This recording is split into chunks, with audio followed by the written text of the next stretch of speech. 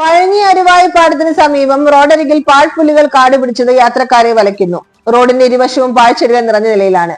അരുവായിപ്പാടത്തേക്ക് ഇറങ്ങുന്ന ഭാഗത്തും പാലത്തിന് സമീപവും പാഴ്ചെടികൾ വളർന്ന് കാടുപിടിച്ചിട്ടുണ്ട്. റോഡരികിലെ മരത്തിന്റെ ചിലകൾ വാഹനങ്ങൾ തട്ടുന്നതും പതിവാണ്. പാഴ്പുല്ലുകൾ മൂലം കാൽനട യാത്രക്കാർക്ക് നടക്കാൻ കഴിയാത്ത അവസ്ഥയാണെന്ന് നാട്ടുകാർ കുറ്റപ്പെടുത്തി.